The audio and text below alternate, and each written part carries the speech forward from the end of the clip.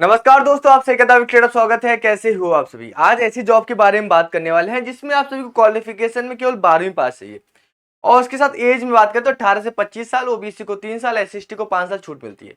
और वो नौकरी होने कहाँ वाली है? वो नौकरी होने वाली है आप सभी की फोर्स में, जैसे कि आप सभी की आईटीबीपी, एसएसबी, सीआईएसएफ, सीआरपीएफ और इसी तरह आप सभी की बीएसएफ। तो इन सभी जो पैरामिलिट्री फोर्सेज है वहां पर वैकेंसी आप सभी की होने वाली है। और मैं कहूंगा कि चुपके से तैयारी करना शुरू कर दो। किसी को हल्ला करने की जरूरत नहीं है कि भाई हम इसकी तैयारी करें, क्योंकि यहाँ पर सीट खाली रह जाती है। तो वो कौन सी भर्ती, उसके बारे में चर्चा करेंगे। भर्तियों की संख्या के बारे में चर्चा करेंगे, मतलब विस्तार से चर्चा करेंगे। ठीक है, चलते हैं वीडियो को स्टार्ट करते हैं। वीडियो अच्छे लगे वीडियो को लाइक करना, चैनल को सब्सक्राइब आप जरूर कर देना। ठीक है, कमेंट बॉक्स में कमेंट करना मेरे भाई कि कौन कौन तैयारी करना। देखो, सबसे पहले मैं आप सभी को एक बात बता दूं कि ये जो वैकेंसी है खाली हमेशा चली जाती है। हमेशा खाली, कुछ ना कुछ वैकेंसी यहाँ पे खाली चली जाती है।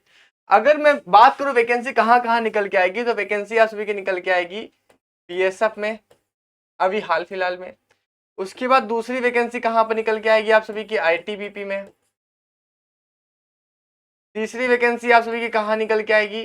तो आईटीबीपी में। उसके बाद आप सभी के सीआईएसएफ में। उसके बाद चौथी वैकेंसी कहां पर निकल के आएगी? वो निकल के आएगी सीआरपीएफ में। ठीक है, ये हो गया आप सभी का। अब देखिए एसएसबी में जो वैकेंसी है, अभी एसएसबी का प्रोसेस चल रहा है, तो एसएसबी में इतनी जल्दी तो वैकेंसी नहीं आएगी, मगर अपकमिंग वैकेंसी की तरह आप इसको मान सकते हो कि आपको एसएसबी में भी वैकेंसी देखने को मिलेगी। और अभी नहीं देखने को मिलेगी, काफी सालों में देखने को मिलेगी। ठीक है, अब देखिए यहां पर मैं आपको बता दूं मैं किस जॉब के बारे में बात कर रहा हूं। कौन सी ऐसी वैकेंसी है जिसके बारे में बात कर रहा हूं मैं? तो मैं बात कर रहा हूं आप सभी से स्टेनोग्राफर के बारे में।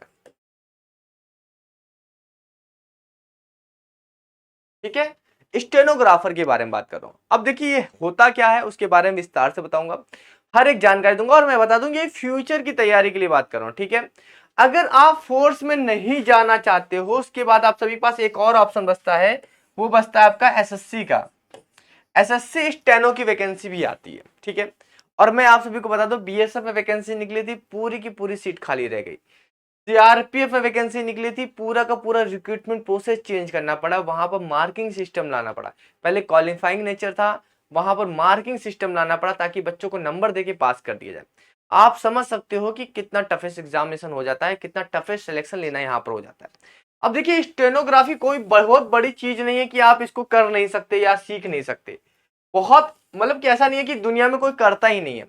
स्टेनोग्राफी का मतलब सिंपल सी है, अगर मैं अपना नाम लिखूं यहाँ पर सूरज लिखूं, तो सूरज को ऐसी एक भाषा बनाई गई है, ऐसी एक लैंग्वेज बनाई गई है जिसको हम शॉर्ट हैंड कहते हैं आम भाषा में। जैसे सूरज है तो कुछ तरह के कुछ अक्षर बना के आपने सूरज लिख दिया।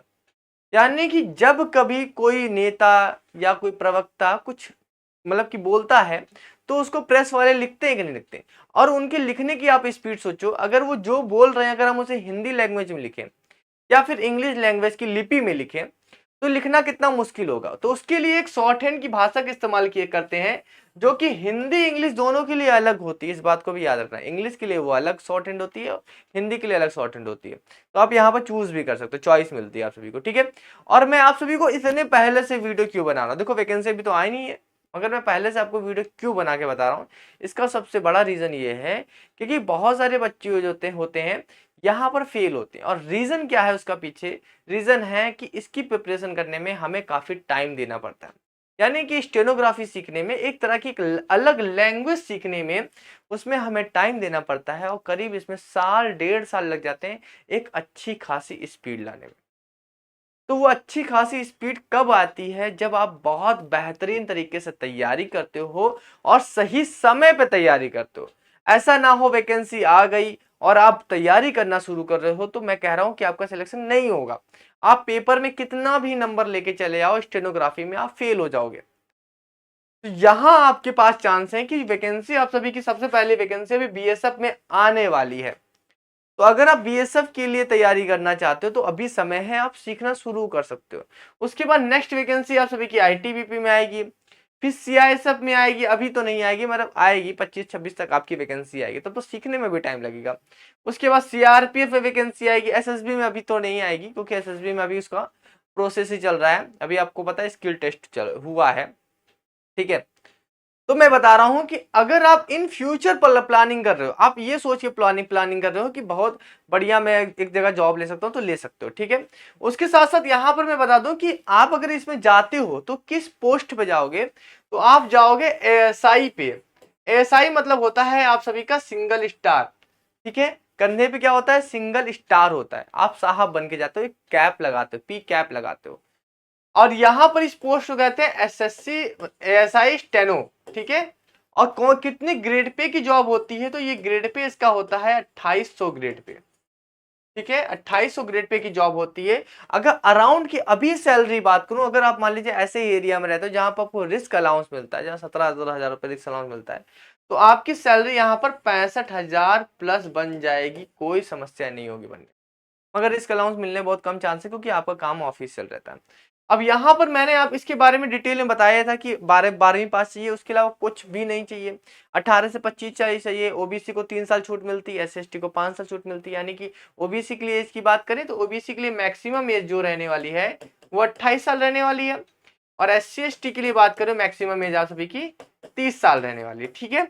अगर आप इतनी एज में हो, तैयारी करो, कोई दिक्कत नहीं। इससे कम मतलब कम में हो, मतलब तैयारी करना शुरू कर दो, ठीक है। अब देखो यहां पर एक बात मैं आप सभी को और बता दूं कि यहां पर सिलेक्शन प्रोसेस होता कैसे है। देखिए सिलेक्शन प्रोसेस बात करें, बीएसएफ, आईटीबीपी, सीआईएसएफ, सीआरपीएफ, सब जगह सिलेक्शन प्रोसेस अलग है। अब आईटीबीपी की बात करें तो आईटीबीपी में आप सभी का पीएचटी होता है, उसके साथ आपका पीईटी भी होता है, यानी आपकी रनिंग भी कराई जाती है, यहाँ पर रनिंग होती है। मगर बीएसएफ में कोई रनिंग नहीं होती, सीआईएसएफ में कोई रनिंग नहीं होती, सीआरपीएफ में भी कोई रनिंग नहीं होती। यानी कि सिंपल आप सभी को केवल आपको हाइट वगैरह ना पाने। हाइट की बात करते हैं, यहाँ हाइट आप सभी को कितनी चाहिए। हाइट सिंपल आप सभी की 165 सेंटीमीटर से शुरू होती है मेल के लिए, ठीक है। फीमेल भी तैयारी कर सकती हैं, उनके लिए हाइट में अगर अभी मैं तो उतना श्योर नहीं हूँ, फिर भी मैं बताता हूँ, शायद 157 या 155 होती है। अभी आप कंफर्म कर लेना, खुद ऑनलाइन चेक कर लेना, अभी मुझे याद नहीं आ रहा उतना, कंफ्यूजन है क्योंकि जगह जगह हाइट का थोड़ा सा कंपैरिजन रहता है, अलग अलग रहती है। ये आप समझ सकते हो कि यहाँ पर आपको अच्छा मौका मिलेगा। और मैं उन्हीं बच्चों की बात करूं जो फ्यूचर देख के तैयारी कर रहे हैं, ऐसा नहीं कि भैया कि कल की वैकेंसी आएगी हम आज तैयारी करेंगे, नहीं, उनकी बात कर रहा हूँ, ठीक है। तो हाइट बहुत सिंपल रहती है आप सभी का। रिटन एग्जामिनेशन के सिलेबस की बात करूं तो सिलेबस थोड़ा सा डिफरेंट डिफरेंट हर जगह है, मगर एक कॉमन सब्जेक्ट आप सभी को बता देता हूँ। कॉमन सब्जेक्ट की बात करें तो आपको मैथ पढ़ना चाहिए, रीजनिंग पढ़ना चाहिए, ठीक है। उसके साथ साथ आपको रीजनिंग हो गया, मैथ हो गया, उसके बाद आप सभी का देखिए हिंदी इंग्लिश में चॉइस मिल सकती है आपको, ठीक है। हिंदी इंग्लिश में चॉइस मिल जाएगी किसी किसी में, तो देख मैं आपको अलग अलग सबका सिलेबस भी बता दूंगा। उसके साथ आपको चौथी चीज आप सभी को जीएस पढ़नी है, ठीक है। जीएस, जीके वगैरह, जीए वगैरह, ये सब आप सभी को पढ़ना है। ये 4 कॉमन सब्जेक्ट रहते हैं जो कहीं ना कहीं घूम फिर के आते रहते हैं आप सभी के सामने, ठीक है। अब देखिए बीएसएफ में कंप्यूटर भी पूछ लेता है, तो कंप्यूटर आपको पढ़ लेना, वो अलग सा सब्जेक्ट है, वो कर लोगे आप सभी, ठीक है। ये कॉमन सब्जेक्ट है जो सभी आपको जितनी भी भर्ती आप सभी को देखने को मिलेंगे उसमें आने वाले हैं, ठीक है। तो मैं कुल मिला के ये कहना चाहता हूँ कि अब देखो यहाँ तो चलो डिटेल पता चल गई आपको। अब देखो तैयारी कैसे करोगे आप सभी। देखो स्टेनोग्राफी के लिए देखो हम भी सोच रहे हैं कि आपको स्टेनोग्राफी सिखाएं।